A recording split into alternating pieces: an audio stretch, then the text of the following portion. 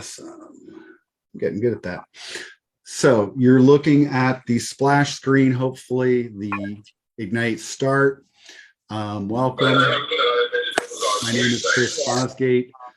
For those who weren't here last week, I facilitated last week as well. I am a co-coach, right? Carolyn Geiger, who's facilitated several of these sessions. And I currently have about 100 agents that we coach across 2 brokerages here in Kansas City. And I am also the assistant broker for 3 brokerages here, totaling about 1,200 agents. So we're busy all the time. Super happy this happens to happen in the evening, or happens to take place in the evening, because I just don't have time during the day. There's no bandwidth. So I love teaching. I love talking about this stuff. Anything real estate is my passion, along with seeing people grow, right? That's it. That I get great joy out of watching people do well and excel, and being able to say, hey, I had a hand in that, right? So super important. So welcome. We're in the second to last session of Ignite. This is going to be session 19. And today we're largely talking about contract to close, or getting to close. So it's a challenge finding the client. We already know that. We've given you some tools to show you how to do that. And, after that, it's just practice, a lot of practice. Practice in real estate will never make perfect, but you'll get darn close. And I say never because you're always going to encounter somebody that doesn't think in a manner that you've prepared for, right? And so you're going to have to learn. You're always learning. That's what keeps this particular industry fresh and new, is there's always something new to learn. There's always something that you'll come across that you haven't come across before. So super awesome. And with that, let's get started growing your network. Awesome. We just talked about that a little bit. That's the slide largely intended to say, hey, there's other people out there. They can refer you business. Just because they're agents doesn't mean that they don't have business to send you. One thing I didn't mention is I have family all over the United States. So near Detroit, New Jersey, Pennsylvania, Florida, got a ton of family in Florida, Minnesota, right? So St. Paul, and California. So people are constantly, reaching out going, hey, you're still in real estate? Yes, I am. Good. So my neighbor here in San Diego, for example, needs somebody to help sell their house. Do you know anybody? Sure, I know lots of people, right? And so my job is then to find them an agent in San Diego, and I have several in my command database. I jump in, look, reach out, make a phone call. If they're free and they're willing, we'll send a referral out to them, and boom, I just wait for close, right? So keep that in mind, keep building that network, super important, and can supplement your real estate business. I have seen one agent in my time here, and here being 7 years for me, so it's my second career, if you will. I've seen one agent who actually made an entire career out of referrals. Like that was what they focused on. Instead of sending, messages out to people that they know, right? Hey, do you want to buy or sell? They would send emails and make phone calls out to agents all over the US saying, and they were in LA, so there's a lot of people moving there, saying, hey, I'm your referral partner here. Come use me. Right. And he stayed top of mind with people, at least once a month, emails to everybody with a little tidbit on what they could do better, or could do to help increase their business, which was cool. So people wanted to see their email and open it up. And then, of course, he'd make a phone call every quarter to the agents, and just, most of the time agents don't answer, which is really strange because if the phone's ringing, it's usually business of some sort, or it's a spam call. I'm sure you get those too. So yeah, leave the voicemail, top of mind, just like you would be with your clients. and boom. So he made an entire business out of that. And he made somewhere around 200,000 a year just on referrals. Not a bad gig, frankly. And there were people that he referred business to all the time as well. So, lots of people move out of LA and they go to Texas. Some come to Midwest, right? They go elsewhere. And so he was referring business out and getting business in all the time, just off of the agent referral network. So keep that in mind. It can supplement and help you. Chat box we talked about. We're talking about get to the close tonight.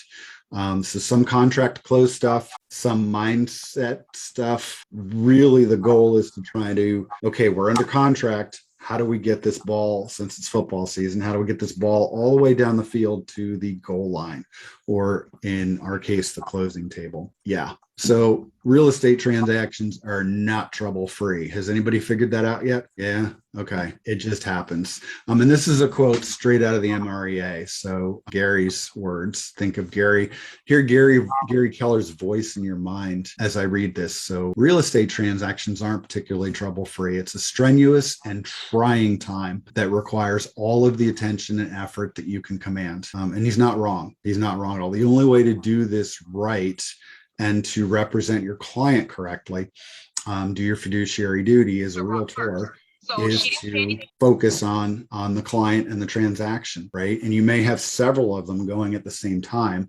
If you don't, I hope you do soon. That's super challenging, right? I've seen agents juggle between 8 and 16 transactions in 1 month, and it's stressful, right? It's stressful for everybody. It's already stressful for the buyers and the sellers. We know that. Anybody ever bought a house or sold a house? Oh, yeah. Yeah. So the stress. Many. I'd really like many. Cool. I'd really wish that we could get all of the agents in the United States to buy or sell a house at least once every couple of years, just so they can put themselves in their buyers and sellers' shoes and remember that stress, right? And gain just a little more empathy in the process, because it's hard. It's really hard. Probably my least favorite thing. No, not probably. Definitely my least favorite thing on the face of the planet to do is to move, right? The thought of packing an entire house, and I've done it quite a bit over the years, packing an entire house, moving it to a new one and unpacking just fills me with. It was October. You can't take 20 hours. I would love a new house. I'd love to move tomorrow. I'd love to sell my current house. I've made a gazillion dollars on it. Not really, but it feels like it. Over the last 12 years I've owned it. And, I'd love to be ready. I'd jump tomorrow, but I hate the thought of moving. So your buyers and sellers, right, have some empathy. They're going through this same thing, and it's tough. I have some agents, they come along and they complain sometimes about, their buyer or seller in moments of stress will be rude or unthoughtful or unhelpful. And they come to me and they're like, what do I do? I'm just trying to help them, and they're just being nasty. And so we talk a little bit about, well, what are they going through right now? Right. And by the end of the conversation, I should show a little more empathy there. It's true. So keep that in mind. Timelines. So just like getting a lead doesn't make person immediately your client, getting it under contract doesn't mean that you're going to get paid. Okay. So most of the larger teams and the largest teams, they build in, even medium-sized teams, they build in people who, they build into their lead generation. Okay, we're going to expect a certain amount of fallout at each step of the process. So, we may get somebody under a buyer agency, we're showing them homes. There are people who will never find a home. Hi, right? Chris. Sorry to interrupt you. Is Sure. there any way you can mute everybody, because their microphone is on and they're like a lot of feedback? I'm pretty positive there is. Thank you so much. You're welcome. Mute all. Look at that. There's a mute all button. Who knew? Okay. Everybody's muted. You can unmute yourself if you need to speak. Pro tip on Zoom. I learned this a couple of weeks ago and I was just floored, like mind blown. If you're muted on Zoom and you want to speak, but you don't really want to turn it off mute and then turn it back on, you can press the space bar and it will unmute you as long as you're pressing the space bar. When you're done speaking, you can let go of the space bar and it goes right back on mute again. Cool pro tip for Zoom. Mind blown, totally. I was like, oh, because I spend a lot of time on Zoom. All right. So at different points in the transaction, we know that it's going to fall apart. Either the buyer's never going to find a house that they want, or, well, right now we've got buyers who have a pre-approval. They got it maybe 60 days ago. They're getting ready to get it renewed, and they're no longer qualifying because interest rates have gone up. So they're not qualifying for as much money. In some cases, I've seen $50,000 less than what they qualified for 60 days ago. And in a few rare cases, they're completely knocked out of the park. They can't qualify to buy a home at all, because the interest rate has gone up and it's reduced their debt to income ratio, or increased their debt to income ratio, because their mortgage payment is now going up in theory. So yeah, not good. And things don't always close. So we're going to talk a little bit about that. We're going to talk about how to get around some of these things and perhaps keep the ball moving forward toward the goal line. It's not easy. If it were easy, everybody'd be selling real estate. HGTV makes it look super awesome. And for a couple of years, we had real estate agents flocking to the business, and it was amazing, because really anybody could sell a house. Just stick a sign in the yard, whisper house for sale, and it's sold in 24 hours, right? And you're closing 30 days later. Well, that is not the case anymore in most areas. The market has started to normalize. We talked about that last week a bit.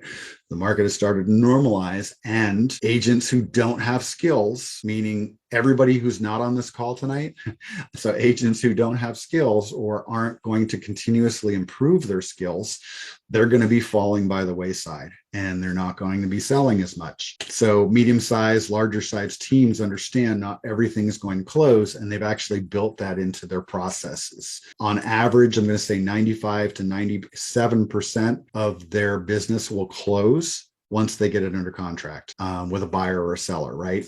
So that really means 3 to 5% or 2 to 5% won't close. They know this, right? They know, they build this into their budgets, they build this into their process. Things happen, right? And our job is to figure out, we're really problem solvers. Our job is to figure out how to get the client over the hurdle, and or remove that hurdle completely, or at least minimize it before they even get to it, right? That's the beauty of the job. And the better you get, the easier it becomes for both you and your client. And at the end of every transaction, you should spend some time kind of debriefing your client on some of the things that occurred and what you did to get around those hurdles, right? Either jump over it or move to the side or remove the hurdle completely for them. They don't always appreciate what we do. And a lot of times they will go, man, I paid you all that money to sell my house? No way. One of the things that I do, usually on a listing appointment, if I've got somebody who is resistant, and we're talking about commission, you may have seen this before. If you do, bear with me. If you haven't, you're going to be like, that's really awesome, because that's what I said the first time I saw it. So I'm going to stop sharing for a second so you can see some of this. So on a listing appointment, and the seller says, look, that seems like a lot of money I'm paying you, right? I'm going to be paying out 6-7% in commission to get this thing sold. And they're thinking in their mind that you're getting all that money. And so sometimes you have to break it down a little bit. And you're like, okay, let's take this piece of paper. I always have a blank piece of paper with me, or something I can rip up. And I'll say, so I don't get all that money. Do you know where that money goes? And they're like, no, I thought you got it. No, let's show you. Half goes to the buyer's brokerage, right? Gone. So then next, I break off another little piece. And I say almost a third, depending on where you're at, will go to your brokerage, my brokerage. And wow, look what I'm left with. But you know what? I have a silent business partner because I'm self-employed. I have to pay my own self-employment taxes, or employment taxes. So the IRS hits me extra hard, right? So you're looking at between 25 and 40%. So I go, this goes to my silent business partner, Uncle Sam. And now I'm left with this. And then I'm like, you know what? Since I'm self-employed, I don't have anybody paying my health insurance. Do you have any idea how much health insurance is when you don't have an employer paying for your insurance for you? Okay, let's knock out another third of that. It's going to be around $2,000 or $3,000 a month, depending on how big your family is, more than likely. So now I'm left with this. And you know what? I've got gas, I've got food, and I've got shoes, and I might want to put a little away for my retirement. So that's my fun money, right? Very little left. And so you start doing an exercise like that, and they're like, light bulbs go off. Oh my goodness, and I had no idea, right? Because they don't think about when you're self-employed, you've got double the taxes in a lot of cases, right? Because usually there's an employer paying at least paying 50%. The FICA, the Medicare, right, all that stuff. So your employer is paying when you're in a regular job, your employer is paying part of that, and you're paying part of that. When you're self-employed, you're paying all of that because the government doesn't go, oh, that's okay. Carmen, you're self-employed, no big deal. You don't have to pay the other half that, usually an employer would pay. The government hasn't come back and said that yet, which is not very nice of them, but that's the way it is. So they give us tax loopholes, tax breaks through the IRS. Congress has given us those things to, when we're self-employed, take deductions so we don't have to pay as much in taxes, right? We deduct a lot of our business expenses. Use those deductions, get a good CPA, and go for it. Off my soapbox. Here we go. So we talked about some of those things that happen, or not things that happen, but transactions fall out. They just do. And we'll talk about some of the points at which they fall out here in a few minutes. So throughout the session, we're going to be looking at different timelines, deadlines, buyers, sellers, deadlines for each. First, we're going to focus on the deadlines in a contract, right? Usually, if we're in a live session, we pull out a sample contract, but since it's different for every area, every part of the country, probably not a good idea because your contract isn't going to look anything like mine. I guarantee it. Heck, just in my area, we've got 3 or 4 different contracts depending on the board. Or the state contracts being used. And so, agents can pop up with 2 or 3 different ones in a heartbeat. So kind of hard to go through, and we're not going to do that online nationally. But we can talk about the deadlines in these contracts because they're largely the same no matter where you're at. We've got the contract, the agreement between the buyer and the seller. And we also have contingencies generally geared toward the buyer, where the buyer can exit the contract for usually 3 different reasons if they've performed the contract thus far. In some cases, they have not, but most of the time they have, and they're able to get out of the contract. We've got earnest money in many cases that can be returned, and then the seller has to go find a new buyer, right? Happens usually during the inspection period, frankly, more often than not. So speaking of inspection period, usually happens, depending on your area, anywhere from 1 to 10, maybe 15 days at most, at the beginning of the contract, we'll call it. And there's going to be a due diligence period where the buyer can go in and say, all right, we're going to check this place out. We encourage them to hire a professional who does this all the time and provides a written report. I know with most of our contracts locally in Kansas City, we typically require that they have a professional with a really nice written report. Pictures not required, but we usually get those anyway, of the 50 things that are wrong with every single house, right? And that's their job. I want you to take away one thing from the inspection period or the inspection process before we finish out the inspection period. And that would be that inspection report with 50 to 100 things that are wrong with every house. That's their job. Sticky window. I mean, they'll find the smallest things, hopefully.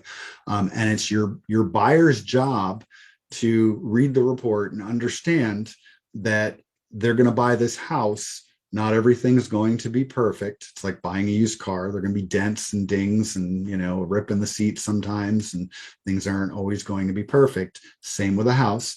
And they're getting this inspection done so that they can verify that there are things there that they can tolerate, right? That's it. It's not necessarily intended to Have the buyer say to the seller, hey, I've got this report with 50 things wrong with your house. I want you to fix all of them, because that's not going to fly either. You already know that if you've been in business for any length of time at all. So the real goal is to get the buyer to sit back and consider, okay, what's really important to me? I want this house. I know it's not going to be perfect. And I'm going to see, do the inspection and see if I can tolerate everything that's wrong. That's it, right? Can I? Yes. Okay, great. Buy the house. If there are a couple of things they can't tolerate, they're just deal breakers. All right, we'll ask for those things to be repaired. Generally, they're not things that the buyer could have visually seen when they were walking through the house the first or second time. Those aren't things that you're going to come in and ask to have repaired by the seller post inspection, right? Because they're visible. You saw those before you even entered into a contract with the seller. So you really can't come back and ask for them. They were there, they were visible, and you should have noticed them. I had a buyer once want to make the seller replace a transition strip between the kitchen and the living room because it was missing. Right. And I said, well, you knew that going in, right? And that's just one example of hundreds that you'll come across. I said, you knew that going in.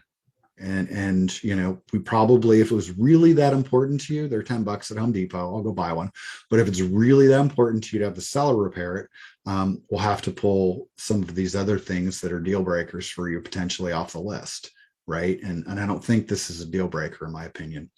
And so they kind of sat back and thought about it and came back the next day and say, yeah, you're right. So one of the things that I do that seems to help quite a bit, and I got this my second year in real estate by one of our senior agents in the brokerage who was talking about how they do business. And so what they would do is they would list out, they get the inspection report, they'd send a copy to the buyer, they'd have a phone call with the buyer. Hey, I got the inspection report. I just emailed it to you. I want you to spend tonight, review it, go through it, and let's get together tomorrow and spend some time talking about it. One of the things that I'm going to do is go through it as well. And I'm going to pull some of the top, maybe the top 3 to 5 things in here that I think are probably critical, or things that you may want to ask the seller to repair, right? And I specifically say 3 to 5, 2 to 4. I keep it to a very, very small list so they know, okay, we're only going to talk about the most critical items, typically things that are health or safety related. So electrical, plumbing, perhaps. If it's a government-backed loan, an FHA or a VA buyer, then you're probably going to have appraisal issues for things like handrails that are loose or missing, deck boards that are loose, chipped paint, peeling paint, those kinds of things in an older home. So cracked windows, tripping hazards, right? Sometimes the sidewalk shifts a little bit leading up to the house. And creates tripping hazards. So most of the appraisers will call those out on the appraisal and say, hey, that's a problem, that's tripping hazard, it should be repaired by the seller before the lender funds the loan. We call those subject to items on appraisal, but only typically on a government-backed loan, so an FHA or a VA buyer. That being said, we go back, we spend the night, we both look at things. I come up with a short list, they come up with a short list, we get together, and guess what? Typically, our lists are almost identical. They may be in a different order because I usually order them highest priority to lowest priority, but they're typically very similar, almost identical lists, because they've got time to think about it and they know we're just looking for the highest priority things that are deal breakers that they absolutely can't live without having repaired before they purchase the home. So they're big ticket items usually. And then I tell them, I'm going to throw in 1 or 2 of the things that are higher on your list, but not necessarily critical. And they're like, well, why would you do that? You're gonna make the seller angry? I said, maybe a little bit. My intention is to give them a few extra things at the bottom of the list that they can come back and say no to. What are we doing then? Seller says, nope, I'm going to fix the top 4 things on your list. I'm not doing the last 1 or 2. And we say, oh, okay. Disappointed look, right? Inside we're going, yes, right? We're giving them some negotiating room. We're allowing them to well, the Japanese call it saving face, right? We're allowing them to get out of that and create the win-win, right? So both parties feel like they're getting something. It's a compromise. Yet on the buyer side, we haven't really given up anything because we didn't expect to get that in the first place. We put those on the list just so we've got some stuff they can knock off. So think of that as a strategy, perhaps, as the market gets a little more difficult. You know, different price points. You might be in a buyer's market versus a seller's market. I know in our area, at some of the higher price points, we've already flipped and we're in now a buyer's market at some of the very highest price points. Cool. I don't know how long it's going to take to shift all of the price points to a buyer's market, but we'll slowly get there probably over the next few years. As interest rates continue to adjust and fluctuate, people will get scared and they'll retract, and, you know, builders will start offering incentives and people will come back, and it's the give and take. So you want to create that win-win whenever possible following the inspection period. That's the first contingency, and the one where most buyers will exit the contract. Like they're like, nope, this is a deal breaker. We wanted this one thing fixed and the seller said, no, we're not moving forward. Right? Okay, that's cool. Let's exit the contract. This is not the house for you. And as long as we've done everything we need to do contractually, in the time frame, and that's the key, in the time frame necessary, then we're good, right? We should be able to get the buyer's earnest money back and go find another house that they can tolerate, with issues they can tolerate, we should say, not a house they can tolerate. They're like, I want this house, but it's got some issues. Can I tolerate them? So timing. Right. Every contract is going to have a time frame for the due diligence period, the inspection period. So, 10 days, 15 days, 5 days. I've negotiated 5 at times where we've had to get inspections done very quickly and make decisions very quickly in a competitive market where we had multiple offers going in and the seller had a lot of choices. So keep those things in mind as strategies, perhaps.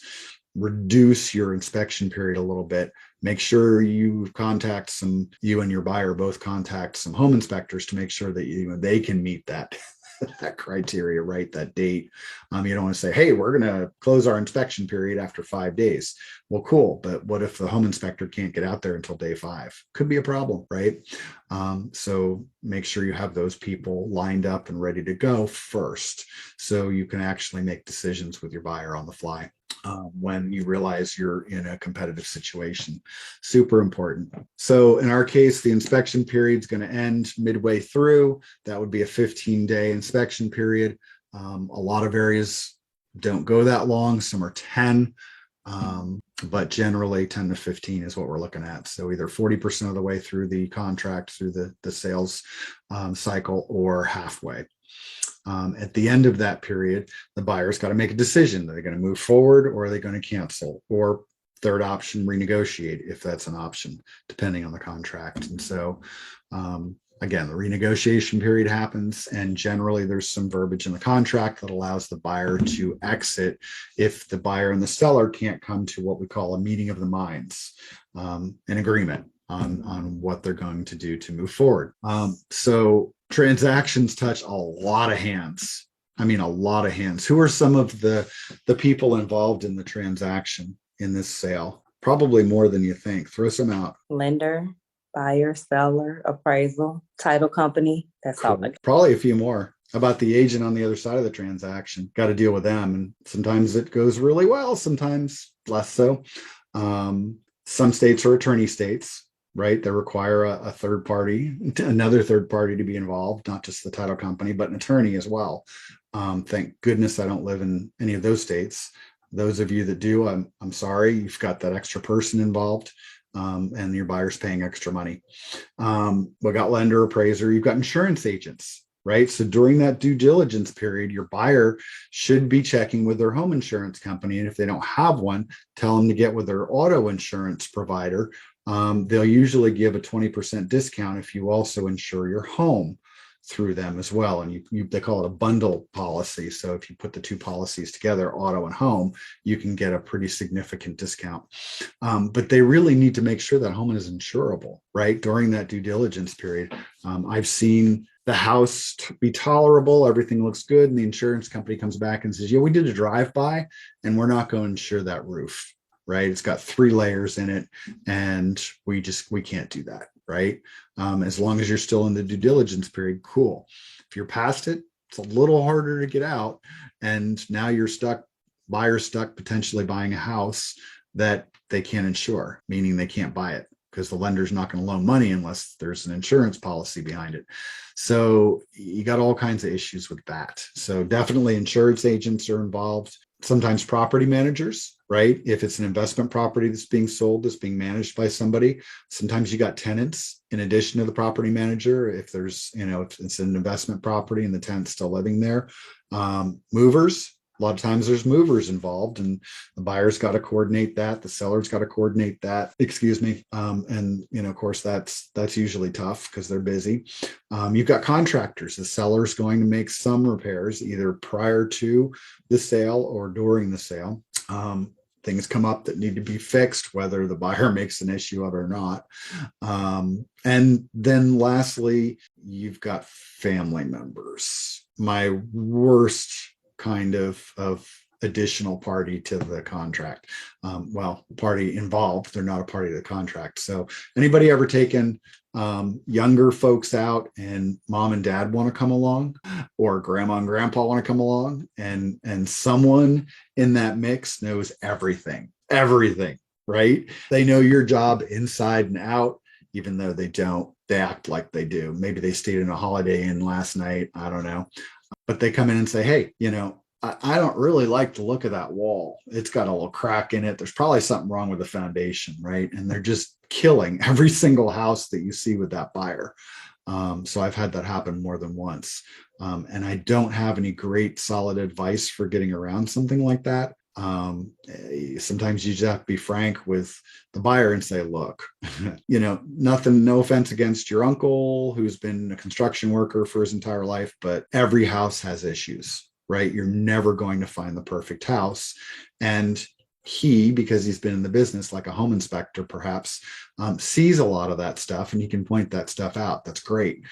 You're going to have to make repairs to the home. It's part of being a homeowner. It's part of maintaining a home.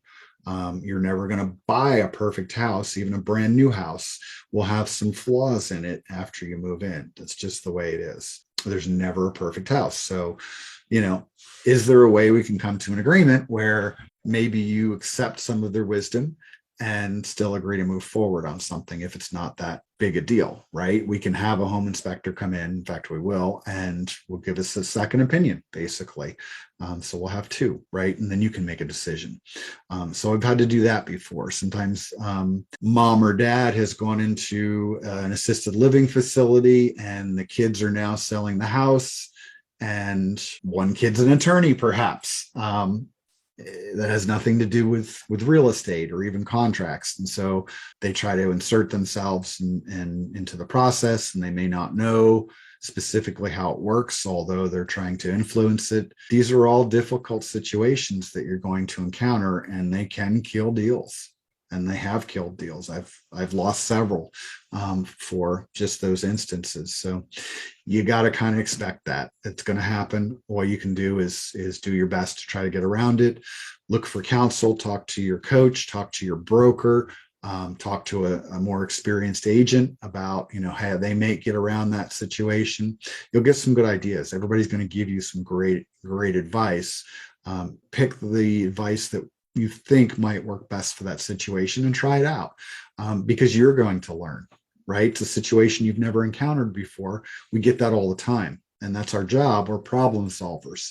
So it's a problem that you've got to figure out how to solve, right? Think of it as a puzzle. So types of inspections. What kind of inspections do we have available to the buyer? Short list, because the list can get very long, but short list, top 3, maybe. Top 4. What inspections are available to the buyer? Well, don't all speak at once. Press your space bar to unmute. So we've got whole house inspection. Go ahead. Sorry. I was going to say the home inspection, and then here, well and septic, Cool. but the termite is for the seller, right? Termite is typically for the lender. to be honest with you.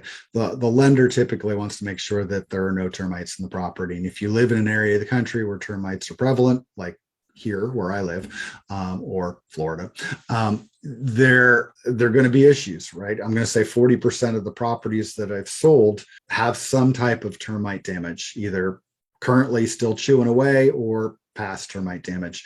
Small in many cases, but still there. So termites are out there, and the lender wants to make sure it's not an issue. They don't want to loan you money on a house and have the side. I've seen the side of a house completely fall down, like the entire side of a 2-story house just fall because it's no longer being held up because the termites chewed through a lot of the studs. So kind of crazy. But the lender wants to make sure that doesn't happen because insurance may or may not cover it, depending on whether it was a pre-existing condition. When did the termites show up? When did they start chewing? We can't prove any of that until you have an inspection done. So typically it's lender driven. I haven't seen too many buyers demand it, and sellers don't want a termite inspection done at all, like, because they know they're probably going to find something, even evidence of a live termite somewhere close to the house, even outside. And all of a sudden, generally, you've got the termite inspector going, oh yeah, you're gonna have to treat.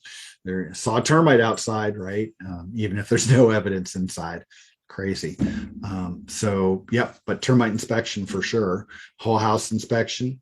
Another one I can think of, especially if you live in an area where the sewer lines might be older, right? St. Louis, downtown, Kansas City. You've got 100-year-old sewer lines in some cases running from the house to the street. Those break. In New Jersey, we have underground storage tank issues. So that's one that happens here. You do. I grew up in New Jersey, by the way. Jersey. It's Jersey. So yes, you do have that. Yep. And in several areas of the country, Detroit's got a big issue with that too, actually. Old oil heating tanks that were buried in the yard, not too far from the house. And a lot of those tanks were never completely emptied, right? And a lot of them, in some cases, can be rusted out and maybe little oil is dripping out at the bottom into the ground, right? That's a huge issue. That's EPA sirens going off, right? And expensive to clean up. So we also still have a few septics for those inspections too. Yep. Septic tanks, yeah. Yep, we've got some of those out here. We even had things called septic ponds. I'd never heard of a septic pond until I moved to the Midwest, right? So instead of a septic tank, you have a pond where the gray water goes out of the house and goes into the pond, black water in some cases. And sunlight fixes everything, right? So kind of interesting. Is that the same as a cesspool? Yeah, pretty much. Okay, yeah. Yep, pretty much. But they call it a pond. We have a pond with a fence around it. Don't Sounds swim. pretty, right? Yeah, don't swim in it. And they're fine. You know, again, think of a fish tank. If anybody's ever had a fish tank, right? So you've got nitrates. Nitrites turn things into nitrates, and then sunlight disinfects, right? And so you've got the water constantly being cleaned by good and bad bacteria, right? So bacteria eats the waste and produces chemicals, and those chemicals evaporate a lot of times. So cool, it works. Not exactly how it works, but similar. So yeah, tons of inspections. Your job is to help the buyer figure out what inspections they should do, right? And recommend everything. I could tell you, we call them sewer scopes. So we've had sewer line inspections done here. They're about $100 to $150, depending on who does them. And I use my son's house as an example. He lives about 3 miles away from me, not very far away, in a newer subdivision. It was 15-year-old house. He's a second owner. And we went in and I said, you know, there's a big maple tree in the front yard. It's probably 30 feet tall. 15 years old. And I don't know exactly where the sewer line's running from the house to the street. So there are probably some roots involved. Never a bad idea to spend the $100 and get it checked out. And we did. And lo and behold, there was no problem with the tree roots. Everything was fine. The tree was not an issue. Cool. However, when 15 years ago, when the home was built, the contractor who was doing the plumbing right at the point where the sewer line went underneath the foundation and then exited the house. They put in a piece of corrugated pipe, just a 1.5 foot long piece of corrugated pipe, which is pipe that's kind of wrinkled. Think about pipe that's got creases in it. If you've ever seen some of that, they use those a lot of times as drain lines around the house, drain tiles. So not something you want to use for sewer though, because you got waste going through those pipes and things that get flushed down toilets, right? And they're going to get stuck on those rib spots. They violate code even at the time the home was built. And so we questioned how the city inspector could allow that, right? Because they inspect all the plumbing before it gets covered up. They missed it somehow. We questioned the builder. How could you let this happen? He was now retired, but he said, I have no idea, right? And he had a good reputation. It's not a builder that we'd ever think something like this would occur. So the fix was about $2,500. It wasn't horrible. And we got the seller to agree to do it. April of 2021 is when he bought that house. So, the height of the stick a sign in the yard and you'll get $40,000 more for the house. You had to pay about $25,000 more for it. So we weren't too unhappy to really ask the seller to pay for that $2,500 repair to fix that, because we had a single person living in the home for 15 years. She bought it new, and now we're going to have a family of 5 living in the home, right? So little different case, a lot more stuff going down the pipe there. So the chances of that corrugated pipe being an issue were greatly increased with new family. So just things to think about, right? Inspections are super important, and probably recommending more than less is better. And if the buyer says, you know what, I have no money, I can't afford an inspection at all, should they really be buying a house? And so you may have to sit down and have those conversations about, I don't want to talk you out of buying a house. However, I'd hate to see you buy this and then not be able to, keep up on the maintenance. Maintenance is expensive, right? It's not just the mortgage payment and the insurance and the taxes you have to pay for. There's maintenance every year too. Things have to be done, and they may not be able to actually do that. So you may knock them out even before they start. But most of the time, even if I've had that conversation, they're like, yeah, I get it. I keep getting increases in my jobs. My wife's getting ready to, take a new job, making, 30 or 40,000 more a year. So we're going to be okay. I'm like, okay, I recommend strongly that you at least do the whole house inspection. And I'd really like to see a sewer inspection done on that. And we have to talk through it. So it's your job to problem solve and help them find ways to get that done if possible. So timelines, when you're talking about buyers specifically. So what's the first thing my buyer needs, right? That's something you need to look at. We talked about that a little bit, and that's going to be inspections. So they're going to need a list of home inspectors. Hopefully you gave them a really good list, and they can call some of these home inspection companies and choose someone they like. You really want to stay away from, and I've heard different brokers tell people that, just give them one home inspector and tell them to use that person. I cringe when I hear that. That can create potential legal issues, right? I've had attorneys tell me that is the worst thing to do in the entire world, because now the agent said, this is who you should use, or, hey, use one of these 2 people. They're my people. And then that home inspector misses something that becomes a major issue 6 to 12 months later.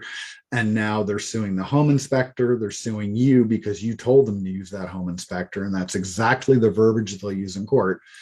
That agent told me to use this home inspector, and this home inspector failed me, right? So you don't want to get drug into that. It's not fun.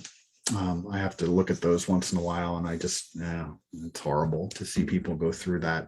But when there are major issues that people can't or don't want to pay for after they buy the house, especially after the last couple of years where they're paying a premium price in many cases, they expect the seller to be honest, and they expect fewer issues with the house.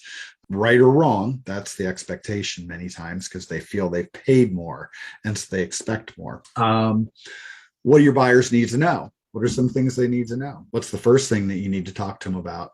Dates. Here are the dates in the contract and the different contingencies we have. and places that you can exit the contract. Super important. They need to be on board with these dates. I've had people go, well, yeah, that was an issue. The foundation, that crack might be an issue. The home inspector called it out and said, I need to bring in a foundation engineer. I don't know. I made some calls. Nobody's available, and they're just kind of taking their time over the next day or two. And you're like, dude, we got a deadline. We've got 3 more days before our inspection period ends. And then you're done. Like, you're not bringing anybody else in after that. So it's do or die time. We got to figure this out. So deadlines are super important to communicate to buyers and sellers. If you represent the seller, we'll talk about that in a little bit. Same thing, right? What are the buyer's deadlines? What are they working from? What do you need to know, right? Beautiful. You should have a pretty good checklist that you either borrow from somebody else or steal. There's hundreds of them on the internet. If you just, Google real estate checklist, right? You'll get thousands of them. Pull little pieces from each one and create your own, right? Come up with something that you think has good value, right? That you can use and you can share. And part of one of the boxes on that checklist is going to be for sharing this stuff with your client, right? They need to know this, this, this, and this. And you want to check them off as you communicate those things.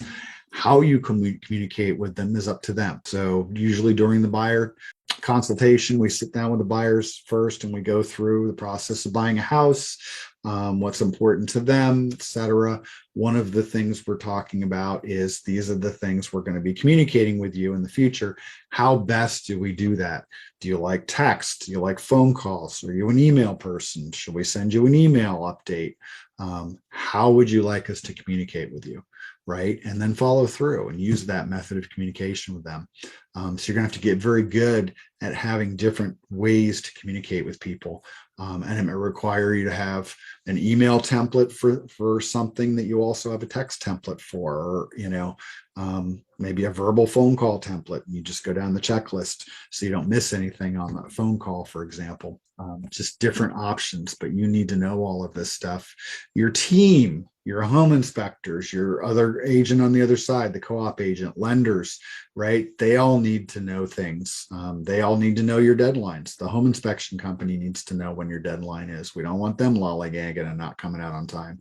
Your co-op agent, you need to communicate with, hey, we're going to do our inspections this day, this time, or these days, these times. Is that okay with your seller? Because you still need permission to be in the seller's house. It's still the seller's house.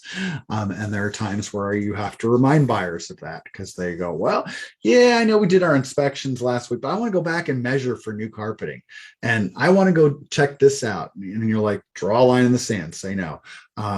That's great. However, it's still the seller's house. They're still living there. They've got 3 young kids, and it's just tough for them to get up and get out every time. So measuring for new carpet, you probably could have done that during the inspection, or at least the inspection period.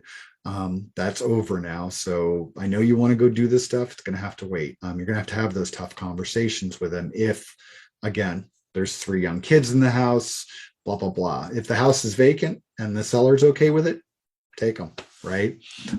But you're going to have to look at what the situation is, what the specifics of the seller are, right? And if that's going to be allowed. Most of the time it will be, but sometimes it's just not a good idea.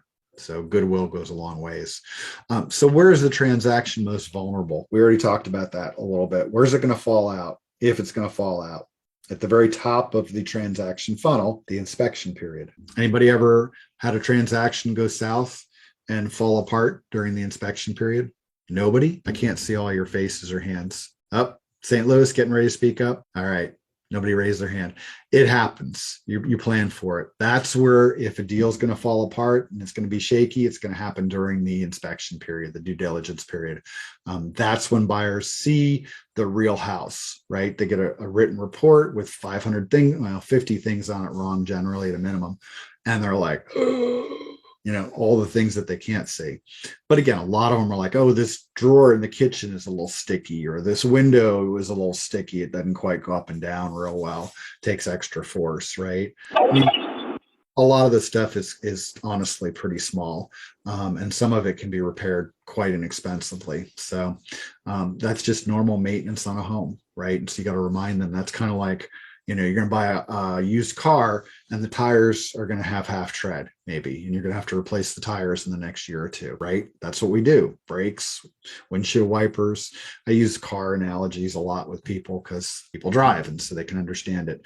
Now, if you're a New York City agent and you've never even driven a car, which is possible, and your clients don't drive cars, which is possible, they ride in them, but they probably don't drive them, then you may want to pick something different, right? At the end of the day. So do your best. Fairly new agent, so I haven't had any deals fall through because of inspection as a realtor. But as a buyer, I had multiple that we canceled because of inspection. So See? yeah. Yep.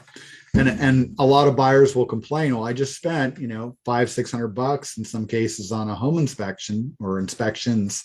I don't want to lose that money. And I'm like, well, you know what? It better you found out now than not doing the home inspection and finding out this stuff later on. That would be bad, right? And they're like, yeah, you're right. Okay, part of the process. That's why we do inspections, so you can see if there are things that you can't tolerate. And there are things that come up. Usually, most of the time, buyers get this like glazed-eyed look, and they're like, I want this house. I don't care what I got to do to get it. And a lot of that little stuff goes by the wayside pretty quickly. Just depends. But if it's going to fall out, it's most vulnerable at the inspection period during the due diligence period. So best to lay out your dates right up front. If the seller says, sign the contract, the listing agent communicates with you and you represent the buyer. Hey, we got a signed contract. Great. Get it to the lender, get it to an attorney if you're an attorney state. Get it to obviously back to the buyer so they have a copy, and a title company if that's also who you work with in your state. So super important to get all of this information, all of these people, and start writing down your dates, whether you put them in your KW Google calendar or your Apple calendar or anywhere else. Some people like paper, and so they'll have a paper calendar, and they'll write this stuff out on their paper calendar. Amazing, right? Whatever you got to do to track those dates and don't miss them. That's the most important part. You're tracking them, not just track them. You don't want to miss them, because if you miss responding to something by a certain date, and now your buyer is not being able to exit the contract and they want to because you didn't tell them about a date, or you did, but they didn't think about it and they missed it, and it's kind of your fault, they're going to be pretty angry.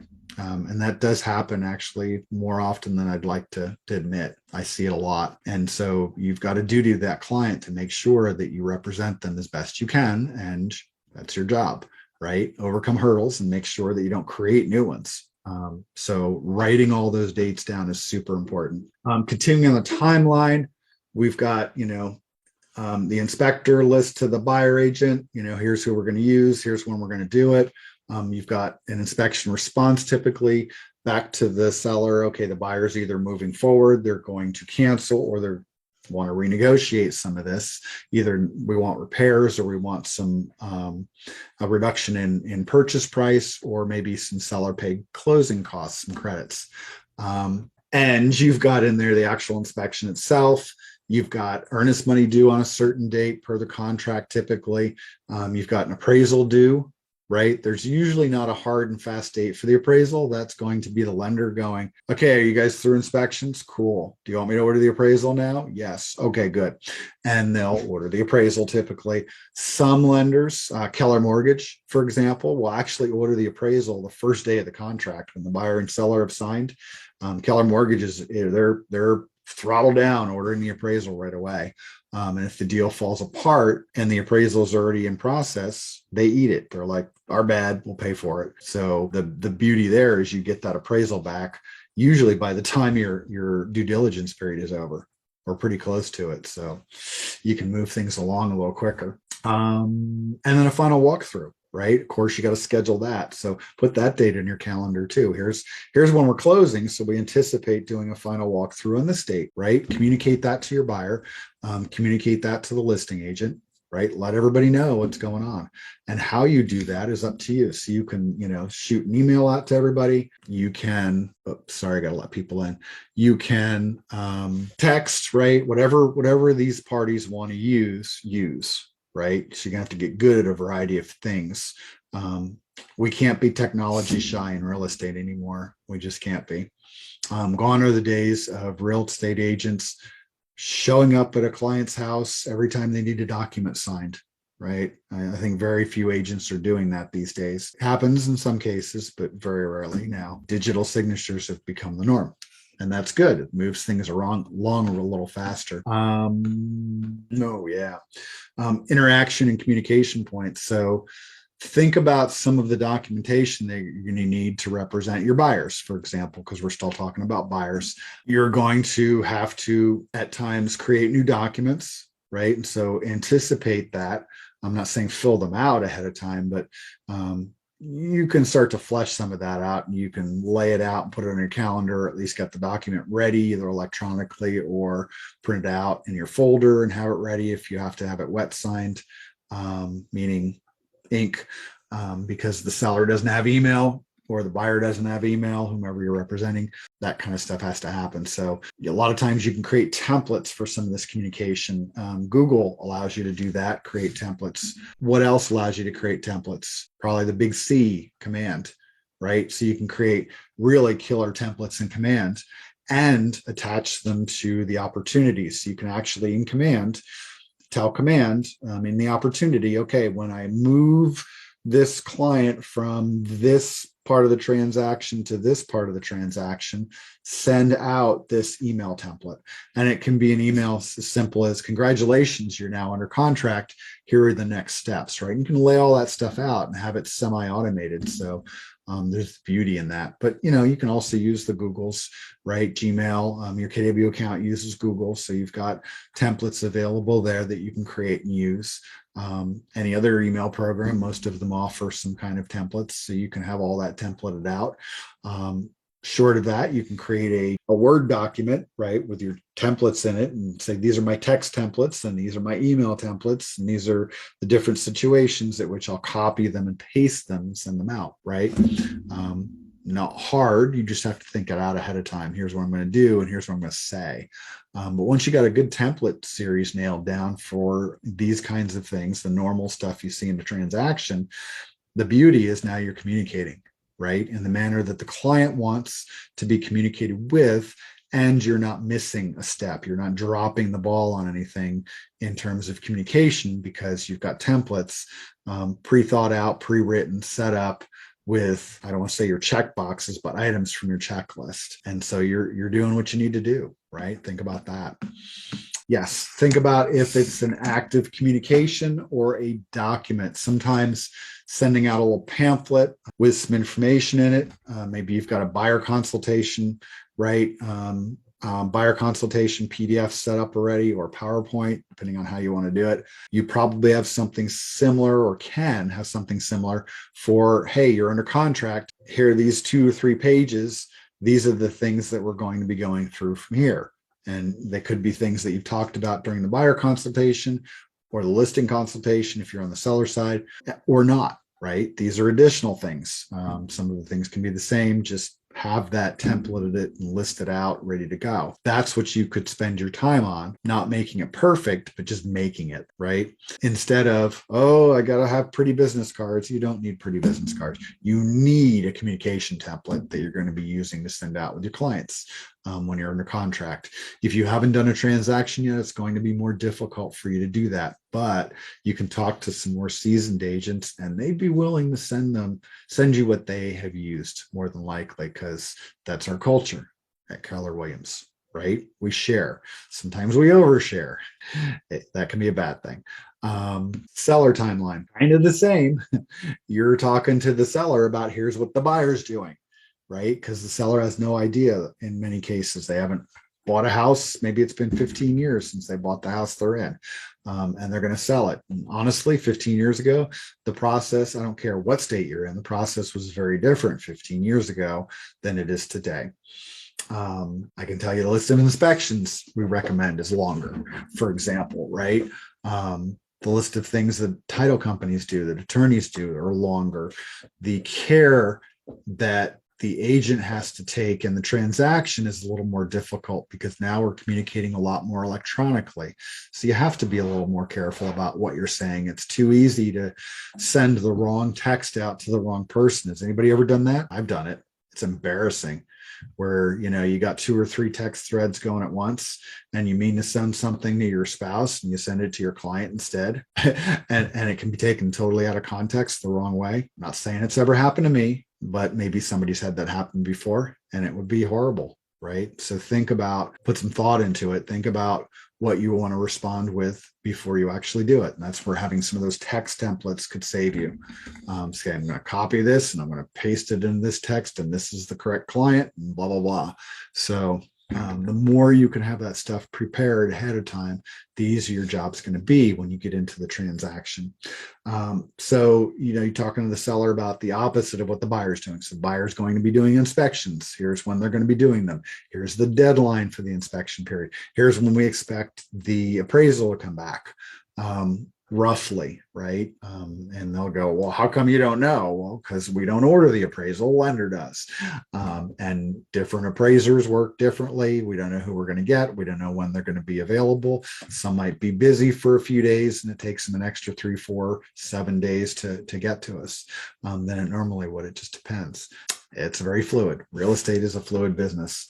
And of course, they're going to be doing a walkthrough. And why are they doing a walkthrough? They want to make sure that the property is material in the same shape, the same as when the buyer made the offer. That's why the buyer's doing a walkthrough. And you can get as detailed on that as you want. You can say, is the grass cut to the same length, right? You can honestly get to that level of detail. Would that be a smart thing to do? Probably not. But I have held up a closing before during a final walkthrough because the yard was pristine, right? It was gorgeous when the buyer made the offer, and then the seller moved out of state and ignored it, hadn't hired somebody to take care of it. And here we are 30 days later, and the grass is 2 feet high, and there's weeds growing, and there's stuff all over the place, and it looks horrible. And we've refused to close. We've had to delay closing so the seller can hire somebody to come out and make it look like it did when the buyer made the offer. Simple as that. Did the movers put any damage to the house? Did they put holes in the walls? Some of their hand trucks, have grease around the wheels, and sometimes that gets on the carpet, right? Is the carpet torn and it wasn't torn before, right? You're just looking for things to make sure that it's in the same condition it was as when the buyer made the offer. That's it. You're making sure the appliances still work. Everything looked good. Great. Looking for any new leaks, right? Oh, checking up here around here. Any new roof leaks? Because the seller's been gone for a month. They moved already and nobody's been here. Want to make sure that everything is still the same. Everything still works, blah, blah, blah. Okay, good. We're out. Maybe 30 minutes. Shouldn't take that long to do a walkthrough. Maybe there were some items on the repair list, right? Did they get repaired to your satisfaction? Hopefully you're knowing this and checking this before the final walkthrough, because the walkthrough can be done anywhere from 3 days before generally closing until sometimes the day of closing. I've seen people want to do walkthroughs then, and I'm like, oof. Okay, but it's going to be hard to stop that train that's moving down the tracks at the last minute right before closing. But we've done it, right? It happens. Just makes people angry. So that's what you're looking for at walkthrough. And so you're explaining this to your buyers, you're explaining this to your sellers, whether you have an email template that goes out or you're sitting and physically speaking to them about the stuff, you need to, and you need to do it more than once. Right. And that's where an email template perhaps comes in. So maybe you have the verbal conversation with the seller. Here's how it's going to go when the buyer gets under contract with you and you accept an offer. Here's what's going to happen. And then you follow it up with an email, maybe a little later in the process, like, hey, congratulations, you're under contract, Mr. and Mrs. Seller. Here's what's going to happen next. And then you have the same series of events laid out in writing. So they're hearing it and then they're seeing it later on. That would be advisable. You can never over communicate, right? Under communication, in my experience, is what causes most of the issues I see on the broker side of things. The lack of communication, and I'm not digging or dissing or putting anybody down, but newer agents I've noticed, they don't always realize that, oh, I should probably reach out and communicate this to the other side, right? Or to the lender or to the title company. And a lot of it's you don't know what you don't know, right? And that's okay, but that's where the communication breakdown typically occurs. I've also seen look at issues between generations, right? I've had this occur before where one generation wants to do nothing but text, and you may have a more senior generation who's like, what's this? That looks like a text message, huh? Well, I don't know how to respond to that, so I'm not going to, right? And all of a sudden you've got one party going, they're not responding to my text, and I've been texting them for a couple of days. And the other party going, man, I wish I knew how to respond to this. Let me call them. And they call, and of course the other agent doesn't answer because they do everything by text, right? So those two are going to have communication problems. And I've actually seen that happen. That's a real case that I had about 6 months ago with an agent in our brokerage versus a broker actually who had a small brokerage on the other side of the transaction and represented the seller. And that's exactly what happened. And, you know, I had the other broker reach out to me and go, this is what's happening. I can't get this person on the phone. This other agent won't answer my call. So I'm calling you, the broker, to go help. Right. And so I reached out to the agent. We talked about the texting thing. Some people don't communicate that way. And so you may have to communicate with different people in a different manner. And you got to be okay with that, because at the end of the day, it's what's important for your client, right? And getting the transaction resolved for the client versus your own personal, well, I don't want to call them. I want to text. Okay, well, they may not text. Some of us more mature folks might have one of these phones that we used to call a jitterbug phone, or you might have called a flip phone, and they're pretty hard to text from. Strangely enough, though, my daughter was super able to text on those flip phones back before we had these regular phones that we have now. She could text in class, in middle school, under the desk, not even looking at the keyboard. I kid you not. Like, she could whip out a text blind under the desk. Like, teacher doesn't know I'm texting, but I'm doing it, right? Amazing. But you know, these days people communicate differently. So that's going to be the primary thing you've got to think about when you're starting the transaction. Who am I dealing with? What's the preferred method of communication? And if you don't know, ask. So if you text another agent, they don't get right back to you, call them, right? They may not respond to texts, or they may be like me. I get 50 texts a day, at least. Can't possibly respond to all of them. It's just impossible. And I'll respond to phone calls first, and then I'll get to the text, and then I'll finally get to the email. But it may be like 9 o'clock at night, 10 o'clock at night before I get to the text. So I'm probably not going to respond, right? These are things that you've got to consider. How people want to be communicated with is probably one of the most important parts of the real estate transaction, and figure that out sooner than later in the transaction. Don't wait until things are blowing up because one party is not responding to the other party because there are communication differences. So get that stuff straight sooner. Best advice I can give you: if you leave with nothing here today, leave with that. Like, okay, how am I going to communicate with people? With my clients, how do you like to be communicated with? Ask them. With the co-op agent, how do you like to be communicated with? Ask them. With the title company, some title companies like phone calls, some prefer email. Ask, right? What do they want? And also let other people know. Let your buyers and sellers know. Here's how I prefer to be communicated with. You'll both find, you know, a meeting in the middle. Who knows? So who's involved in this transaction? It's kind of the same thing. Right? We talked about this one on the buyer side already. It's all kind of the same people, right? You've got the same people, but on the other side of the map. So you've got sellers now. We're not going to work in small groups with a partner on this one. It's a little harder to do on Zoom, but we already went through it, right? So we've got that huge list of all the people involved in the transaction. Well, the seller may hire their own termite guy who disagrees with the buyer's termite guy. And maybe the home inspector recommends that they have a contractor come out to look at something and give a bid on a deck repair. And maybe the seller says, I don't think that's going to cost that much. And so the seller hires their own deck repair person who comes out and goes, no, that's nuts. You only need to do this, this, and this, right? And so you got a lot of people involved. And so figuring that all out becomes your job. You are the problem solver, right? You're the problem solver. It's not easy. It's one of the harder parts of the job next to getting the client in the first place. We talked about different communication points, right? What do people need from me? Right? Same thing on the seller side that you have on the buyer side. Same kind of templates. Here's what goes on. Whether it's text, email, phone call, with a checklist, whatever you need to do, however that seller wants to be communicated with. And then the same thing, same calendar, same checklists that you use for buyers, you'll use for sellers. There may be some slight nuances and differences between the two, but largely they're going to be very similar. Through that, common interaction points, same thing, no different. If you can do the buyer side, you can do the seller side. It's just the opposite. You represent the other party. Now, the main differences between the buyer and the seller representation are going to be in strategy, right? So you may have some strategies for presenting the offer, right? Structuring the offer that you're going to present for your buyer.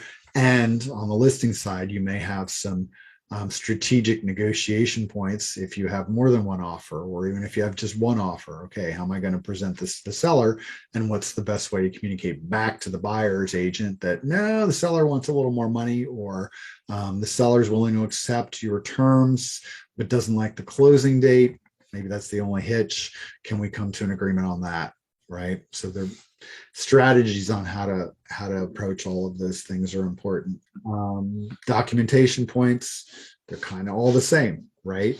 You're talking about, how do I communicate with this person? What's the best method? How do they like to be communicated with? You already know how you like to be communicated with. So tell people, right? Tell them, this is how I communicate. Are you okay with that? And they'll tell you yes or no. And if the answer is no, find a different way, because they're your client in most cases.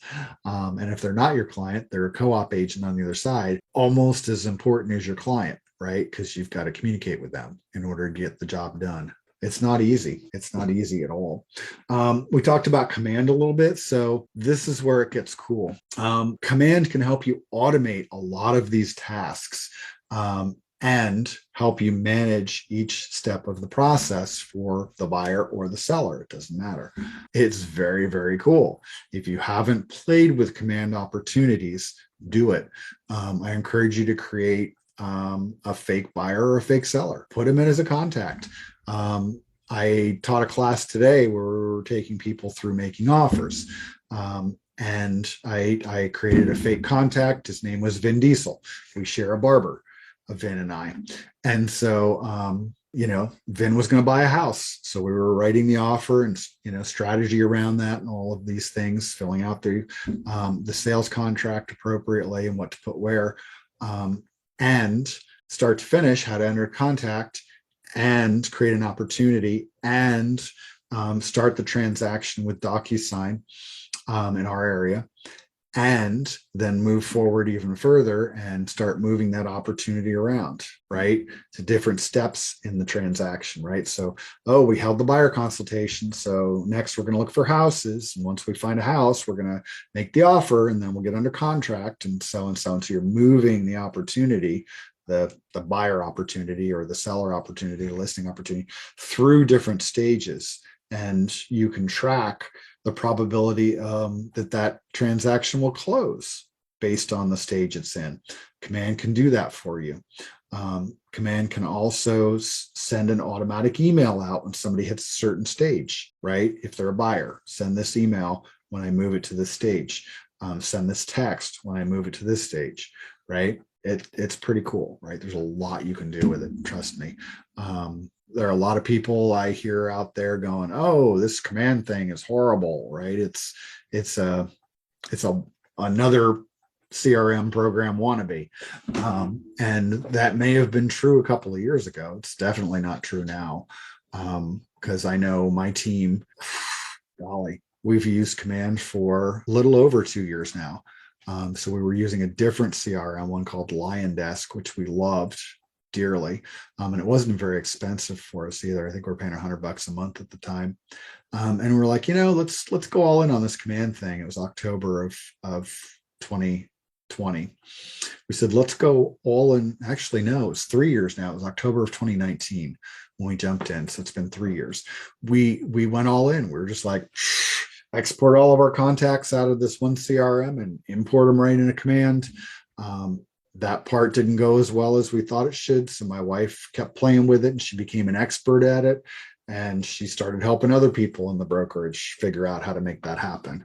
She probably could have turned it into a full-time business if she really wanted to. Hey, pay me. I'll get your contacts in the Command for you. Nobody's done that yet, strangely enough, outside of like a Scott Leroy marketing or something. So there are a lot of ways to get things into Command, spreadsheet, enter them manually, whatever way works best for you. But at the end of the day, get them in there, and you can move those transactions. They call them opportunities. You can move them around to different stages and have automation happen. The guide says answers.kw.com. There's a better way. I don't have a browser window open, so we're going to get one. And if you know this already, perfect. You're awesome. If you don't know this already, I'm going to show you something new, and it's not even new. So we're going to go to kwconnect.com, and hopefully you will already be signed in. If you're not, sign in. Super simple. Go to the technology menu item, fourth from the right or third from the left. And you'll see Command login. That's how you can get to Command, or you can bookmark it like I do. Command your market center, not for you unless you're running a brokerage. Training and resources. Yeah, there's probably some good stuff there.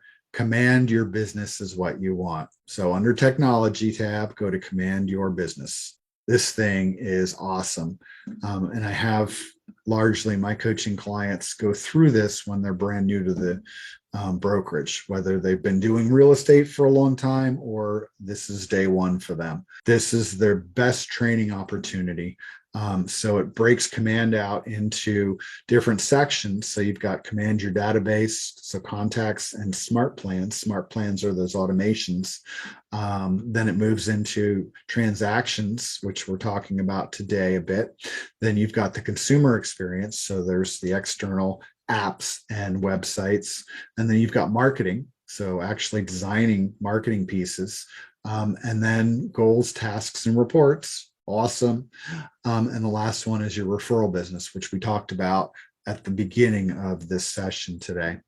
But if you scroll up just for maybe you've never been in Command and you go to the recommended training for contacts and smart plans, boom, you're going to get different sections. You can click the drop down and you'll see short videos, short things to read, things to try, super simple, right? So build your database and it'll take you through step by step, getting your Command functionality up and running. Amazing. So kwconnect.com, technology tab, Command your business. You're welcome. And I didn't figure this out until, gosh, probably a year and a half ago when I found that, and that became my primary training tool for agents coming into the brokerage who needed to learn how to use Command, because I'm not the expert. I wish I could be. I'm not at everything.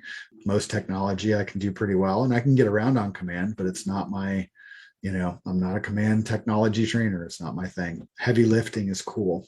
Ahas, anything stand out to you so far? I didn't know about the build your database, so I'm going to check that out for sure. Oh, Abby. Yeah, there's so much information in there. It's crazy. And it's structured in a manner that makes it easy to learn. And so you can watch a 10-minute video, go do something else, come back to it a couple hours later, do another little segment, right, for 10 minutes. So you can pick it up and put it down, almost like a novel that you're reading. Amazing, right? It's built so you can pick it up and put it down, or go back to a certain section and relearn something that maybe you didn't quite understand the first time because maybe you haven't been through a transaction yet and you weren't really sure how this is going to work in real life. So amazing. Thank you for that. That makes me feel better. Somebody learned something today. It's awesome. Let's see, where are we? Let me get back to where we were. Oh yeah, risk avoidance. We talked about a lot of this already, but didn't formally call it risk avoidance. So you want to line yourself up for honestly, success. Like that's it. So you want to start this transaction. How am I going to make this successful? You're going to remove as much risk from the process as you can. And the best way to do that is communication. Number one, the single biggest reason transactions fall apart is a lack of communication. See it all the time. The second biggest reason is going to be sellers not disclosing properly things that are wrong with the property, right? Things that they know are wrong, they don't tell the buyer they're wrong. And when the buyer finds out, the buyer wonders what else they're not telling the truth about or are hiding. Things go south pretty quickly at that point. It takes two really strong agents to be able to hold that transaction together. And it's rare that you'll get two really strong agents on each side or one strong agent on each side. It doesn't happen all the time. Set expectations up front. So it goes back to communication, frankly. You've got a seller that you're sitting down with either during the listing appointment or maybe a post-listing appointment. So after the appointment, you're sitting down going, here's how it's going to work. Here's what we're going to do. And setting expectations up front is everything. So with the seller, what kind of expectations might you set with the seller in the current market? That's a tough one, I know. Okay, I'll answer. So think of percentage of offer percentage of list price. So people are going to make offers. And if you set the expectation about what the market currently looks like in their neighborhood or their zip code or their area, that's going to go a long ways. So a lot of times, I'll pull the data from my MLS or wherever you can get it, depending on whether your MLS has it or not. If your MLS doesn't have it, you can get it from a cool place called Realtors Property Resource, RPR. That if you're a member of the National Association of Realtors, and I believe all of you are, you have access to at no cost. So the National Association of Realtors pays for it. So you can get that data somewhere, but you want percent of sale price to list price. So maybe list price, on average was this, and sale price on average was this. What's the gap? What's the difference? And I can tell you the market we just left, we were like sale price was 103% or 105% in many cases on average over list price. So we listed it for this and we actually sold it for this. Now we've normalized a bit more and I'm seeing it come down to 99%, 98%. So we listed for this and we're selling it for about 98, 99% of the price we listed it for. You have to set these expectations, but you have to know the data, right? So pulling the data is super important. What's the percentage of sale price to list price? That's what you want to know. That's what you want to ask if you can't readily get the data. Somebody will show you how to get it in your brokerage, either a seasoned agent, your coach, your broker, somebody's got it or knows where to get it and hopefully they'll show you how to get it so you don't have to go back to them. You can pull it yourself next time because you're constantly going to want to be up on this data at least once a month, if not more frequent. If you work in a particular neighborhood or section of town, perhaps, you're going to want to be the expert on that area. And so you should know these numbers. Oh, well, percentage of sale price to list price went from 98% to 97% now, just in the last couple of weeks, Mr. and Mrs. Seller. So if we can expect, if we list it for this amount, we can expect to sell it for this amount. So you're communicating back to communication, you're communicating the expectations up front.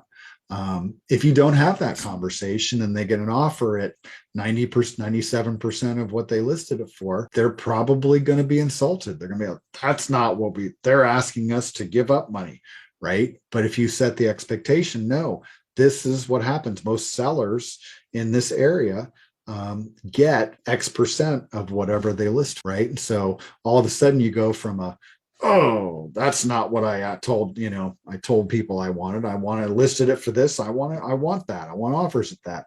You go from that to, we got 98% of our list price. You told me 97% was the average. We did better than average, right? It's all in how it's communicated up front and how you present it.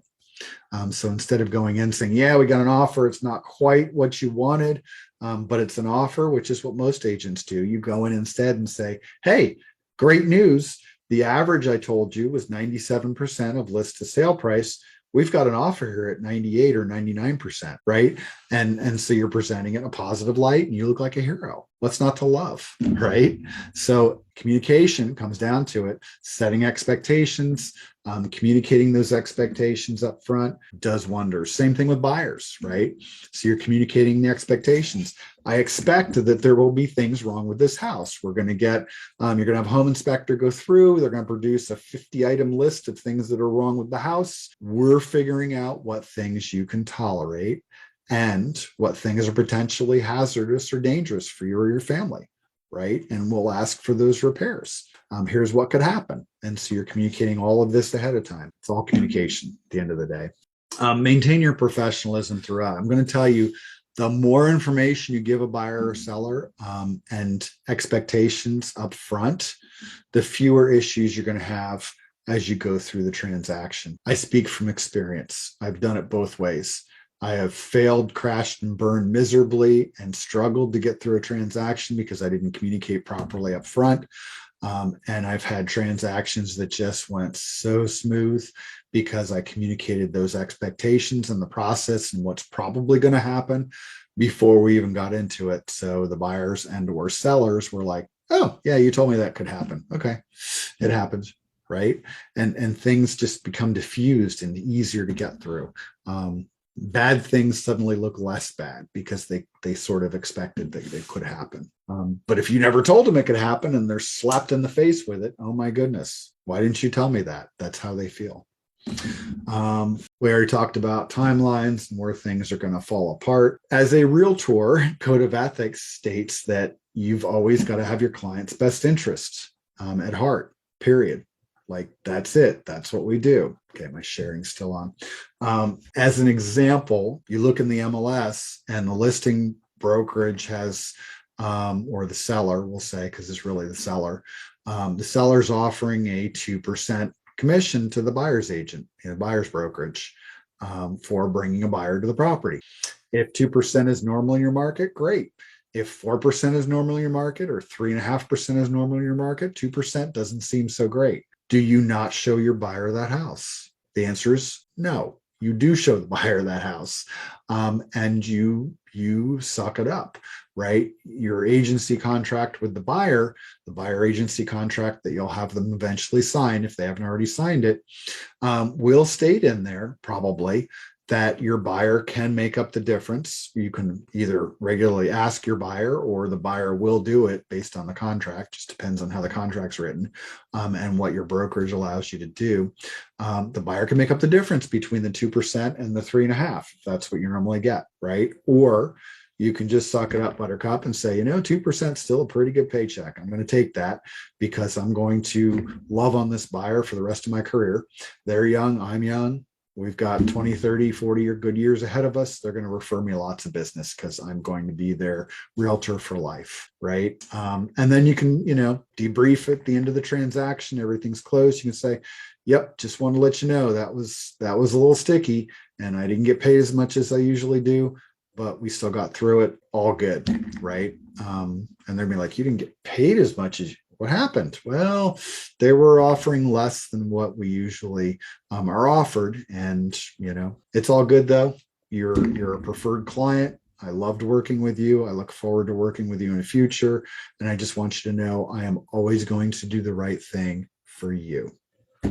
Right. So that has a huge impact on your future business with that particular buyer or seller, depending on what you did for them. Again, you don't be cocky, right? But you want to do a debrief and you want to point out the hurdles that you helped overcome and or removed for them completely. Sometimes you can't and it gets messy.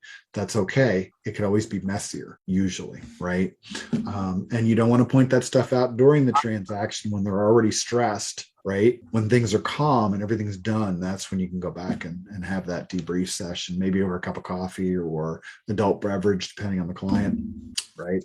Maybe you stop by to see their new house. Hey, just seeing how it's going. It's been a month. Everything good? Okay. Hey, you got a minute to talk? Cool. Live your Y4C2Ts, right? That's it. Everybody know what their Y4C2Ts are? Hopefully your brokerage talks about it all the time. Oh, I got some heads nod. Okay, good. Just checking. If your brokerage doesn't, go back to KW Connect and search for YWI4C2TES, right? You'll find words to live by. Referral business. This is the last piece of it. We're doing good. Referral business we talked about up front, but sorry. There may have been through bold yet. 1, 2, 3 people been through bold. Good. So in bold, they teach you to say and instead of, right? But has a negative impact on somebody. So, you say, yeah, this, and this, but, right? So they know there's something negative coming. Instead, replace the word but with and. So we've got this, and this, right? Even if this is going to be kind of negative. Try that for a week, see what happens. It's going to improve your communication skills greatly. Trust me. Replace the word but with and. At first it'll feel awkward. Trust me, it gets better. And pretty soon people are like, oh, you're very positive, right? And now you're known as the person who's very positive instead of the person who's the Debbie Downer, right? Or the black hat thinker, right? Used to hear that a lot. You're always coming up with ways things aren't going to work, right? I used to hear that a lot because I'm a high C on the disc profile numbers kind of guy. And I like facts and data more than I like just making decisions on the fly. And I'm not the life of the party. You guys figured that out already. That's just not me, right? A little more reserved, a little more numbers oriented. So repeat business comes from referrals.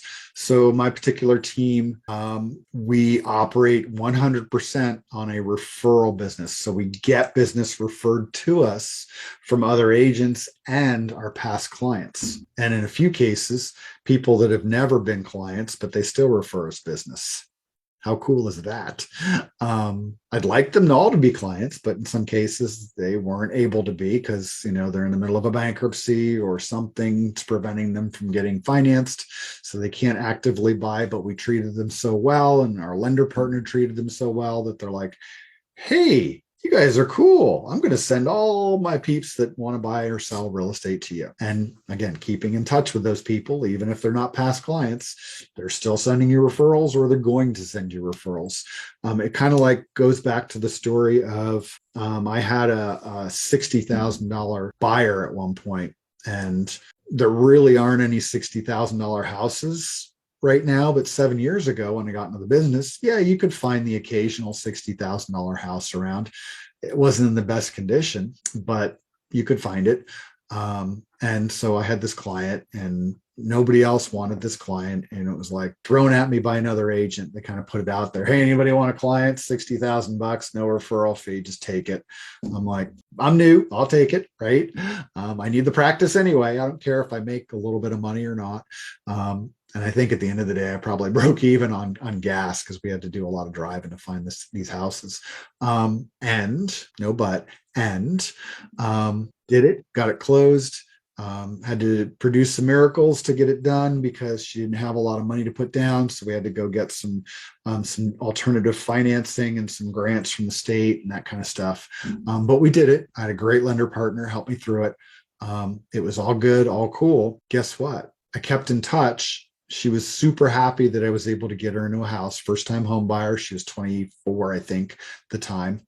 Had just gotten out of college, had no money, had a ton of debt, but was like, I want to buy a house because I want to build wealth. And she said, I can't build wealth in an apartment, right? I've heard this recently and it made an impact. In fact, it was last night I saw it. I think it was a meme on Facebook, as a matter of fact, but it just rung true with me. So people that are concerned about the interest rate, I can't buy right now. The interest rate's freaking 7% or more. Yeah, but you're renting. And guess what? Renting is 100% interest. I loved it. I'm like, light bulbs went off in my head. Buyers that are renting, that's 100% interest. Think about it. You're not getting any of that money back ever. So I'm starting to use that, right? Started it today with buyers. period, who are on the fence, who are like, I'm renting and I'm happy. I don't like that real estate stuff going on right now. Those interest rates are too high. I'm going to wait until they come back down. Really? That house isn't going to get any cheaper. Guarantee it'll be worth at least 3 to 5% more next year, at least in our area.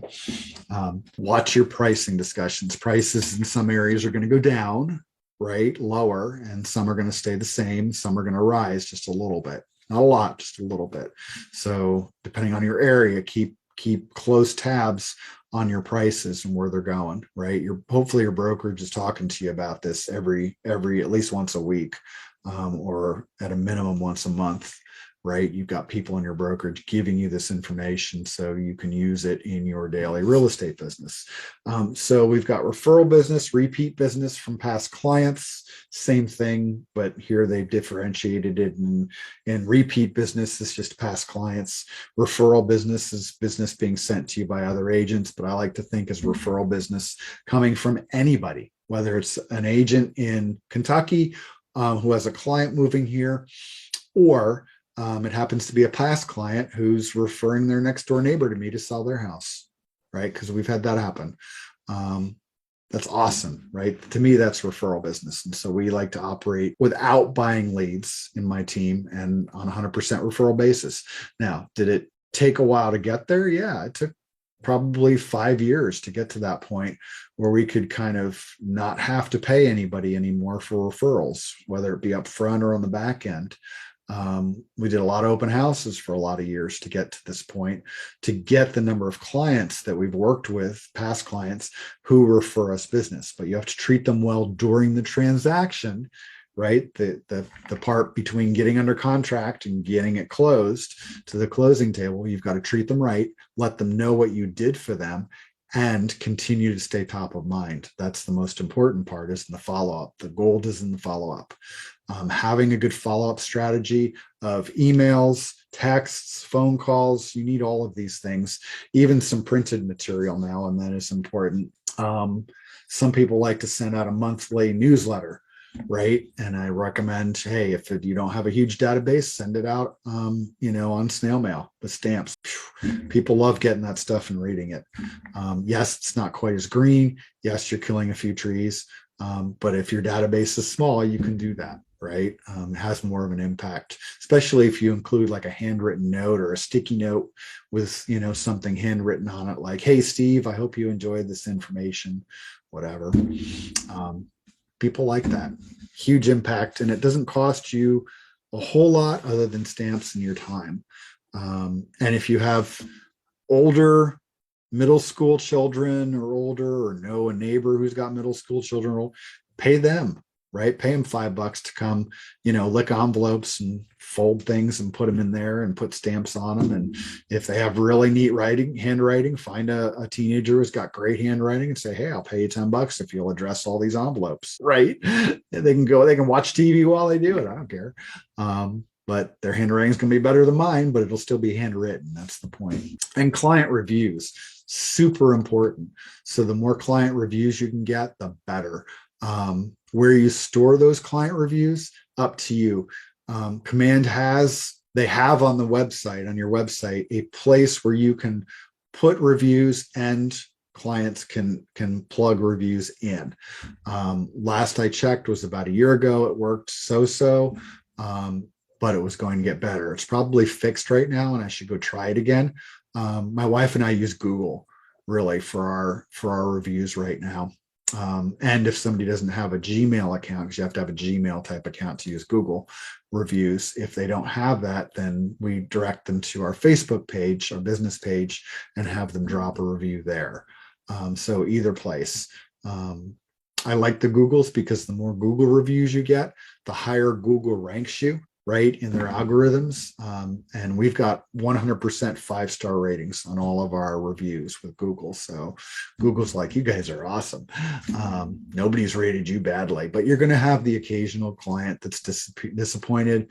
The transaction didn't go as well as they felt it should have. Maybe it went okay, but maybe they felt it should have gone better. And, it's their perspective that matters, especially when they're the ones leaving the review. And That's where you come in, setting the expectations up front so they don't feel like you let them down on the back end. You let them know what could happen.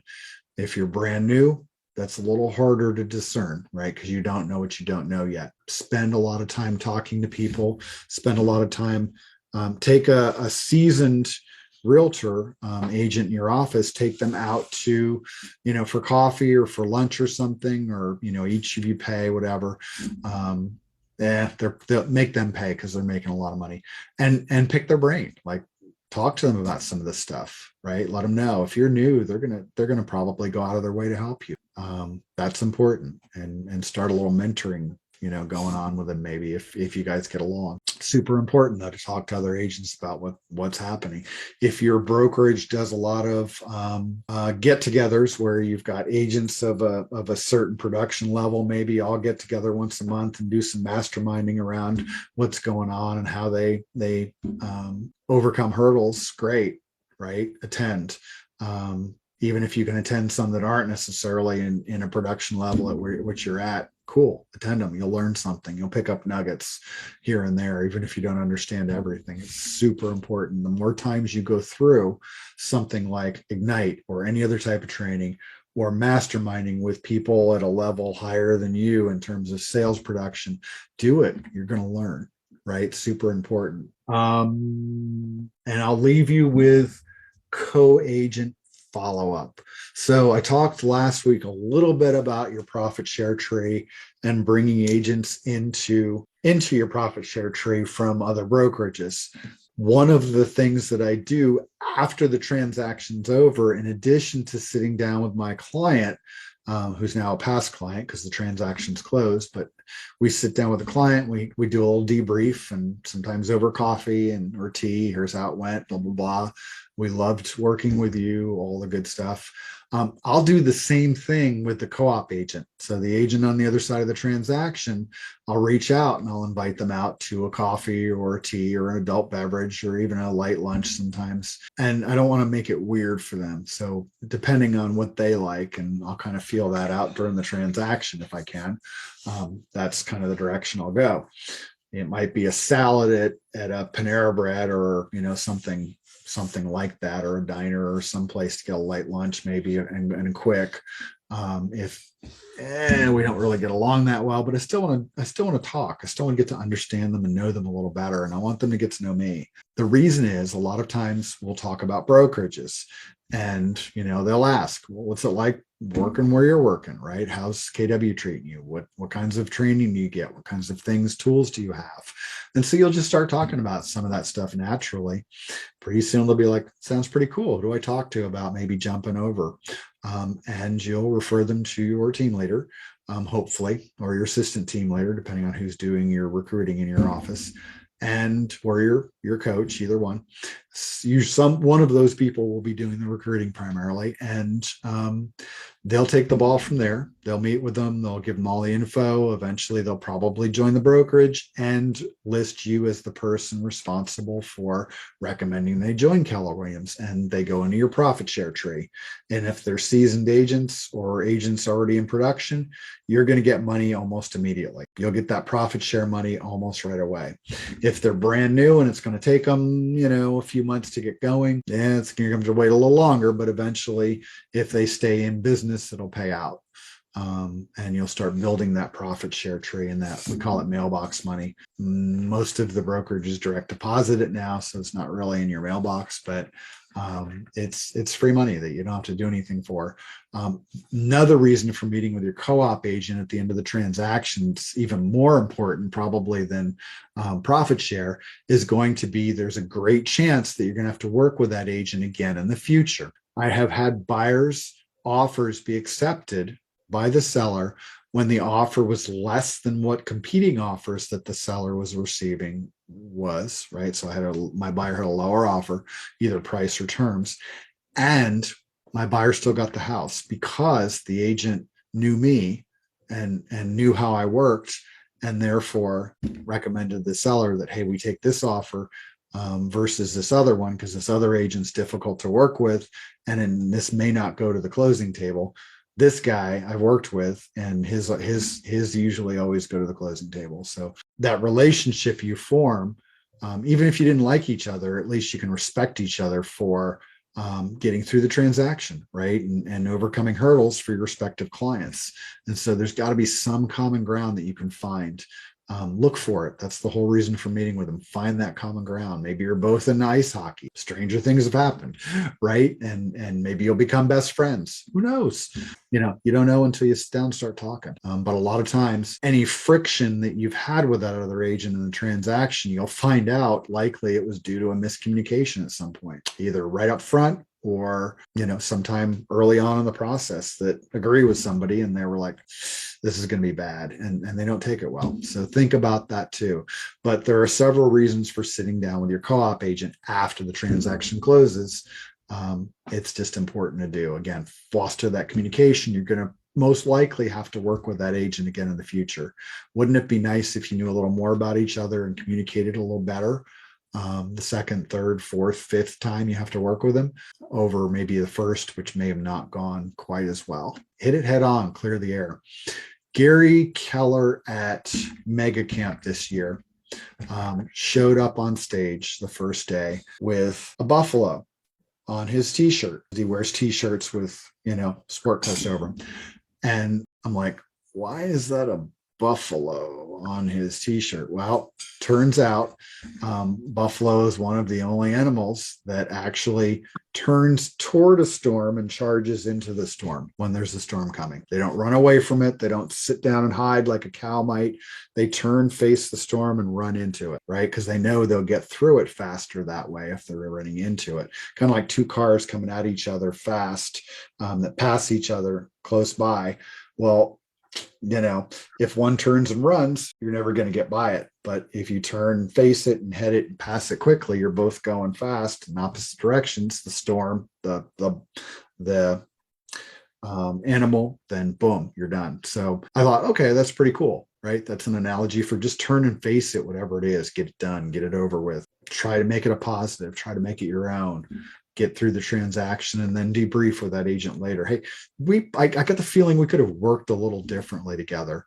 Help me figure out what we did that may not have worked for each other, right? And so if you just hit it head on, most people are going to be willing to sit down and talk you through it. Hey, here's what I felt. And you can say, hey, here's what I felt. And I bet at some point that nothing was intended and it was just a miscommunication. Happens almost every time. So build the relationships, develop them, not only for referral business, but for future transactions and possibly for mailbox money, profit share tree money, right? All that's super important. What questions do you have before we leave you? Got to be some. Absolutely none. I'm amazed. Okay. Well, if you need to get a hold of me for any reason, maybe to expand upon something I've said, Coach, COACH, coach at kw.com. Say, put me in, coach, right? Coach at kw.com. You'll get right to me. Easy. All right. Everybody have a wonderful evening. Thanks for coming. And I am not with you for the last session, but you're going to enjoy it. You've got a fabulous instructor coming next week. Take care. Thank you very much. Thank Thank you, you. Chris. Thank you. Thank you. You're welcome.